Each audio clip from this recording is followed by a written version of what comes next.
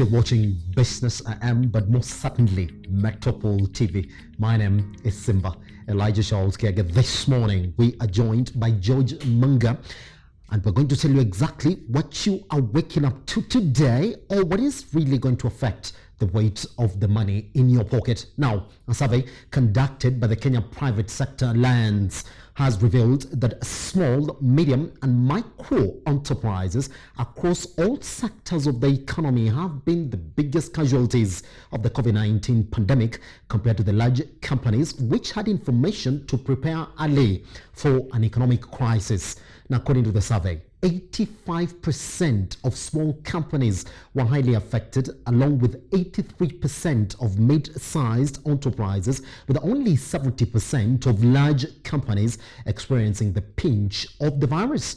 Now, the survey, which was done between 17th and 21st April, further shows that tourism and education were the most impacted sectors, with 95% and 93% of firms in the two sectors being the most hit. Now, this is following the implementation of health closure directives. Now, KEPSA Chief Executive Officer Caroline Kabuga has said that 52% of micro small enterprises and 58% of small enterprises laid off employees, with construction, forestry, fisheries, agriculture, security, sports and tourism being the sectors with the most job layoffs. Now, according to the survey's respondents, most businesses are asking for financial support from the government in form of grants or cheap accessible loans to cover operating costs, especially salaries. Now, the private sector is optimistic that the reduction of value-added tax, pay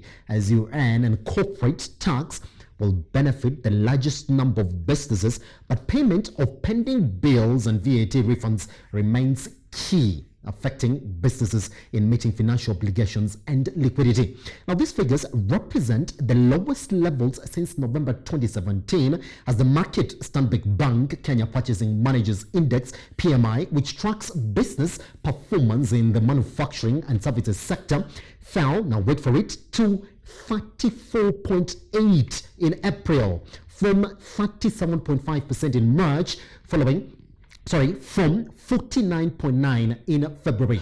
Now, readings above 50 signal growth in business, and the latest data is just shy of the record low of 34.4 reported in October 2017, just weeks after Kenya had come out of the two presidential elections. Wow. That's where we start from this morning, George. It doesn't look good.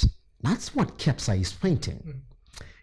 But then they say that the only way they see things being a bit better is because of the reduced corporate tax. That is a negative 5% from 30%. And they're also saying that pay as you earn will also come in.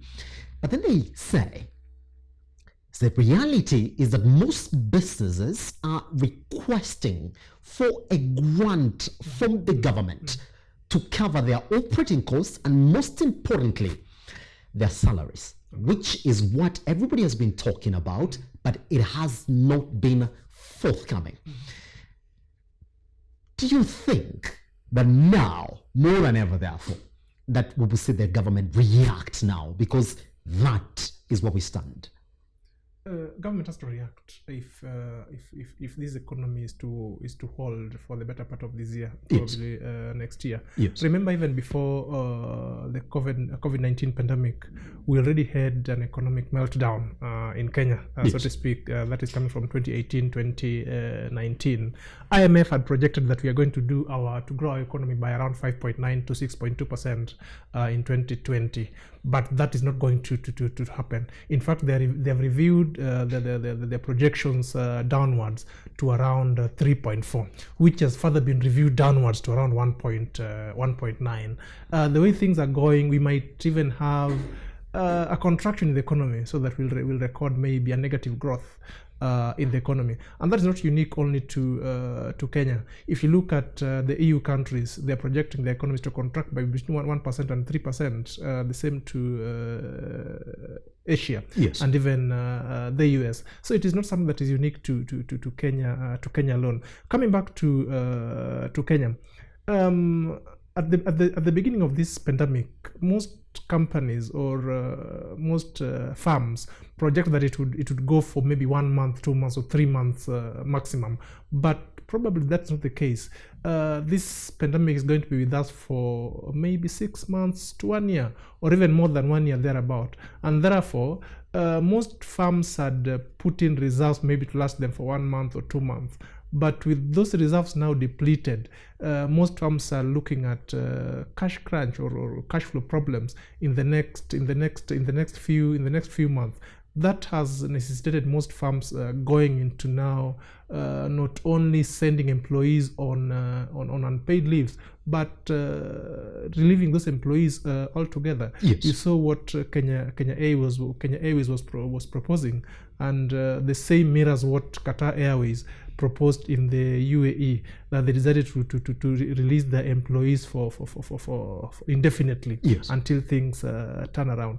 In the Kenyan context, already we've seen huge shockers in the agribusiness sector, especially horticulture and floriculture, because most of our markets are closed, and therefore we cannot export some of these products to those markets. What happens therefore is that they cannot hold their staff who are on the production lines, and therefore they had to release some of these staffs temporarily, albeit for now. You come to the banking sector. I just did a research on the bank sector, and most of them are doing not necessarily new lending, but they're doing restructures on the loan portfolios that they have. Yes. And most customers are requesting for moratorium altogether, both interest and principal. So they're projecting not to pay anything between now and the next 12 months. Yes. What that implies in the banking sector is that they are not going to earn any revenue from this loan portfolio. So the banking sector will only earn maybe from transaction income, but not interest income. Mm-hmm. Not forgetting, but the transaction income has also been hit now for the next 3 months, isn't it? Yes. Agree with you. And therefore, some of these firms will post decreased revenues for the better part of this year. Yes. You've not seen restructuring or layoffs in the banking sector, but maybe if this thing that doesn't ease down in the next maybe 2 quarters, then you'll start seeing that. You go to the education sector, which has been badly hit, as you mentioned, up to 95%, yes, 95%, with the suspension of education in the country, mm-hmm, meaning most players in that sector cannot pay their even their salaries. They cannot pay their day-to-day obligations because they're not getting those incomes that they were getting. Remember, we were just in the first term of our education calendar, and that probably is the busiest term for most of these players, and it was cut short at the middle. So they're facing cash flow problems, especially starting the month of May going into June. Yes. What does this portend for the economy? You look at our foreign exchange reserves. I think that is the biggest headache for central bank now. Foreign remittances from the regions in diaspora is still quite good, mm-hmm, but our exports have gone down, and therefore our current account deficit is likely to go from bad to worse in the next few months. Government is trying to negotiate with IMF for a cautionary debt that, if that comes through, then probably it can hold our forex levels at albeit in the next 2, 3, 4 quarters. So in summary, the outlook is not very good economically, But I hope that this thing can be contained within 2020, Yes. so that as we start 2021, at least now the government can now struggle with jump-starting the economy with this pandemic behind us. Otherwise, if it goes longer than that, then we are foreseeing a very bad recession, similar to what happened in 1918, 1920. Because this is not only unique to Kenya; Yes. it is world over, and most economies are grappling with the same problems that we are grappling with in Kenya. It's good that we're talking about that this morning, just George, before we go to the next issue that I wanted us to look at this morning, is that yes, there have been announcements, but every announcement that the government is making, you sort of feel like it's tilted towards the banking sector. Now, we do know that the CBK did announce the other week that they're mulling for 100 billion shillings in terms of a fund that's supposed to go directly to the SMEs, which we are also getting this morning, that the ones that are heavily affected, therefore, because of the COVID-19 pandemic, because the bigger businesses didn't have time, therefore, to make decisions on exactly how they were supposed to go around it.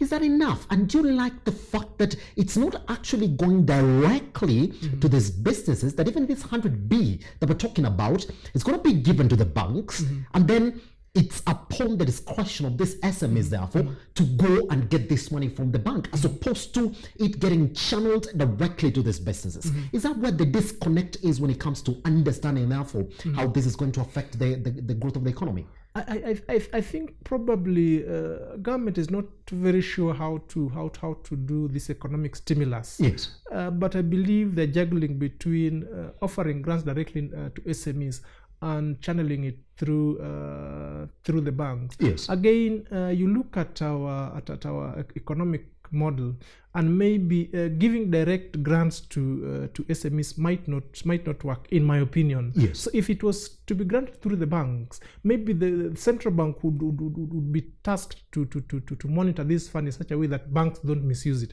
Because in most cases you find banks misusing that opportunity and trying to make a killing out of it, so that they get this fund maybe at 5-6%, but they still find them lending them at 13-14%. Yes. So I think the onus will be on central bank to regulate this fund in such a way that it achieves the intended purpose. But on the other hand, if government was to give this grant directly, then you expect the inefficiencies of the government to be loaded over into this fund. And I bet you that if it was done directly by the government, then you start hearing of corruption cases, looting of those funds. So I think going through the banks is the best option, but central bank must take the responsibility to monitor this fund from end to end, so that it achieves the desired purpose. Pretty much.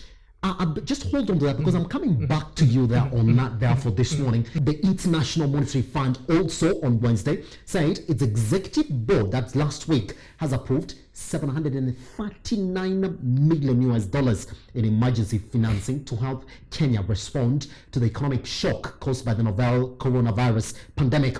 According to Reuters, the IMF said it was in close contact with the Kenyan authorities and stood ready to provide policy advice and further support as needed. Now, question now for being this morning, George.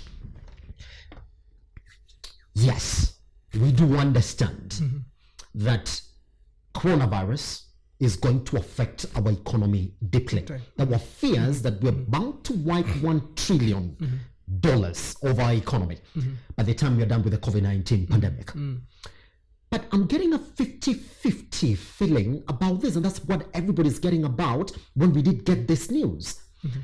IMF did not accept our request for us to be in the list of those nations that actually could be given a debt relief from them. No, they kicked us out.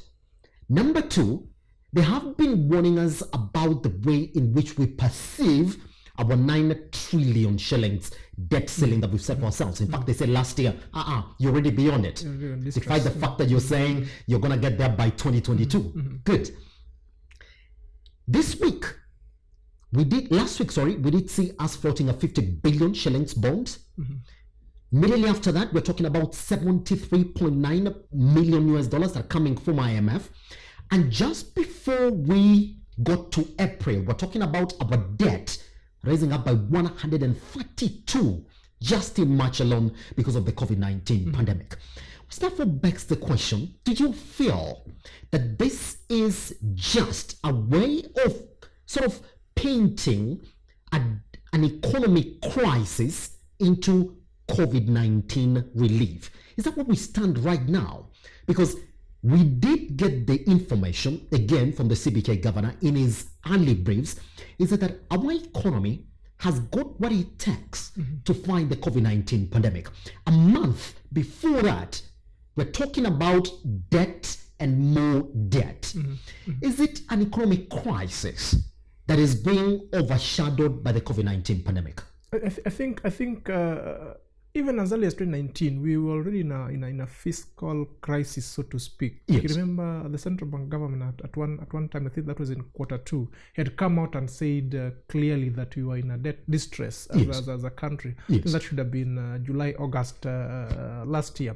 And even IMF itself themselves had warned that Kenya was almost at the ceiling of the debt levels. Yes. And therefore, I think COVID-19 would not have come at a worse time than the time it came. But now that it is here, I think what I would have wanted to see from IMF more of not increase in our debt levels, but more of grants to cushion us within this COVID-19 period. Yes. But remember, the way IMF views us, we are viewed as a middle income economy as opposed to a less developed economy. Yes. That is why you find in most cases us we are given more of debt than grants. If you are to look at the books of countries like Malawi or countries like Lesotho, you'll find that they get more of grants than debt. But in our case, our economic statistics places us at the level where we are considered middle income economy, and therefore we attract more debt as opposed to grants. Yes. But at this level, I don't think more debt will work good for our economy. We are already at our very high levels of our debt portfolios as an economy, and therefore increasing more debt is not going to jumpstart or to breathe life into our economy. I want to believe that government is looking at probably restructuring some of these debt portfolios that they already have with our foreign debt holders, or if that is not the case, then they get grants to pay off some of these debts, or if they were to get more debt, then they get them at fairly priced rates so that they can manage their interest expense. Remember, some of our debts are quite highly attracted very high interest. Yes. In fact, almost commercial rates, so to speak. Like if you look at our foreign bonds, they were almost at market rates. So if the government can negotiate fairly priced debts to pay off some of our expensive debt, then that could work. Some economic magic to them. Yes. But as it is today, I don't think adding more debt to our portfolio is going to work to our advantage. There was this proposal that was floated by some economic analysts on exactly what we need to do now. We've seen Rwanda actually say we have to start talking about postponing our repayments for at least 2 years. Exactly. And they were quite stance on that point. They said, well, we have to. All right. If we had actually also sought for a debt relief, then we could be talking about freeing some 83.4 billion shillings that we could have injected back into the economy to fight the COVID-19 pandemic. But we didn't, George. We did not. The only way for us out is that we went for another debt, 73.9 B. When in reality, had we stood strong, then we could be having 83.4 floating. So do you feel that this is just swapping fiscal consolidation for IMF support? I think this is what I normally call prescribing a painkiller for a tumor. Yes. Which just gives you a temporary relief for your problem, but doesn't sort out the problem. I expected government to, at the onset of this pandemic, to go to our debt holders and ask for a suspension or a moratorium of our debt for at least 2 or 3 years. That will give them room to, one, reorganize their finances and channel the little that they collect in the economy back to the economy to jumpstart some of our companies, so that at least we can be able to sustain this economy. But it is not too late yet. The governments can still go back to our debt holders and negotiate for some of these moratoriums, so that we can suspend our payments altogether for the next 1 or 2 years. Or at the worst, we can pay maybe interest only at a subsidized rate for the next 1 or 2 years, so that whatever little that the government is able to collect in the economy, they pay part of it, a small percentage, to our debt holders, and a bigger percentage is channeled back to the economy. I don't think this is the best time government can be able to pay those high debt levels that they have. Remember, the other time we were talking of around 86 billion that's going into debt every month, yes, which was not sustainable even before COVID-19. Now with the COVID-19, I don't think government is going to collect enough money even to pay the interest obligations on their loans. And by adding more debt or more bonds into our debt portfolio, you are adding into our interest payments, yes, you are adding into our principal payments, and that might cripple us.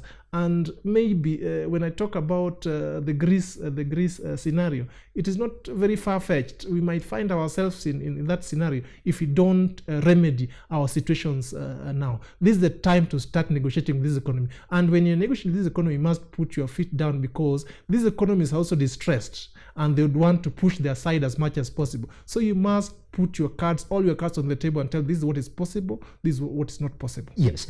Want to point you out to what Uhuru Kenyatta, and this morning I was telling Stephanie once whether it's okay for us to call him new in that office or old, because he knows the task that he has at hand right now. It came in with a promise that it was going to reduce our expenditure substantially. In fact, his biggest vote of confidence was, I have to rewrite the wrongs that would teach got this government into. But if you look as of where we are right now, from March to April, is he still sticking to that promise, or he got into that office and said, well, talk is cheap? I think Attorney, I think now is fairly old in that office. I think he's acclimatized to that office. He has, but if I was to be in his, I would not want to. I don't envy his position now, because he came in at a time when the government was already having fiscal crisis, and at least for the time he came in, he had policies, or he had good visions on how he was going to remedy that position. But barely, I think, 3 months into the office, then we have this pandemic. And simple, I can tell you, for this pandemic, no government has it caught all governments. I think, let me put it that way. No government was ready for this pandemic, including the big economies. Yes. All governments have tried to fumble around to see the best possible way to manage this pandemic as we go along. So I think Yatani could not have come at a worse time than this. But this is a time not to try to figure what has happened before. This is a time to focus and see what can we do and what's the best that we can do at this particular time, so that we can remedy the situation as we go along. This is a time to think very fast, not to take time planning, so that you can see what you're going to do in the next 2-3 months. So I expect Treasury to be reviewing our statistics day in, day out, and come up with policies that can be able us to can enable the economy to sustain itself. I think this is the time we talk about sustainability, not even growth. I'm not worried about growth, but I'm worried about sustainability. Can we sustain this economy for the next 2 or 3 years? That would be the challenge for Mr. Yatani. Pretty much, isn't it? Now, George, just as we cap this conversation this morning, people here talk about debt, about bonds, about rising debt levels in this country. What does that mean? How do the people get affected when you have a government when the only thing they're into is just raising debt? How do they get affected? Let me tell you. Let me just give you a brief on how Greece found themselves in where they were in 2019. I think now their figures are starting to look better. But how they got themselves in that mess was that they accumulated so much debt into their portfolio that they were not able to pay off the debt from what they were collecting. So it reached a point where all the collections in the economy were channeled towards repayment of debt. They had nothing to reinvest back into the economy or even to pay their obligations. So if they were to pay their obligations, they had to go back to the market, borrow more to pay their obligations. Yes. What that portends for a government is the only institution that earns money by spending. If they don't spend, they don't earn money. So if the government is not spending on infrastructure, is not spending on the basics, on education, on manufacturing, then they don't get a single dime in tax revenue. So for our case, if we continue accumulating our debt, and those debt don't go into sectors of the economy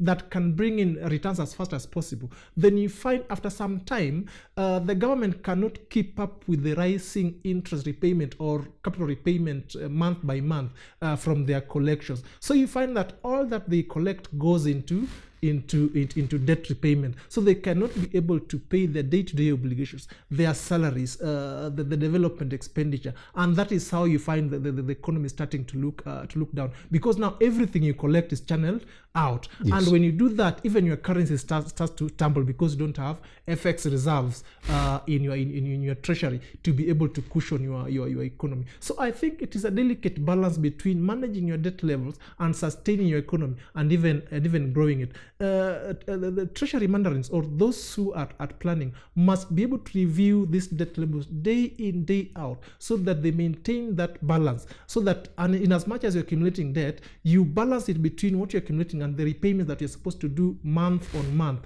and your development expenditure. Pretty much. George, thank you very much for joining us this morning. That's exactly the time that we had for you this morning. But remember, take him back to the time that he walked into the studio, and I promise once we have him back, we shall be looking at these issues between KTDA and the government and the position of the farmer in this fight. Who's more powerful, the farmer, KTDA, or the CS, agriculture, or should I say the government in this sense? Text us 20146, that is your SMS line, at Metropole TVKE, across all your social media platforms. Talk to me at Charles_Kiage. We take a short break. Once we come back, let's talk about the transport industry.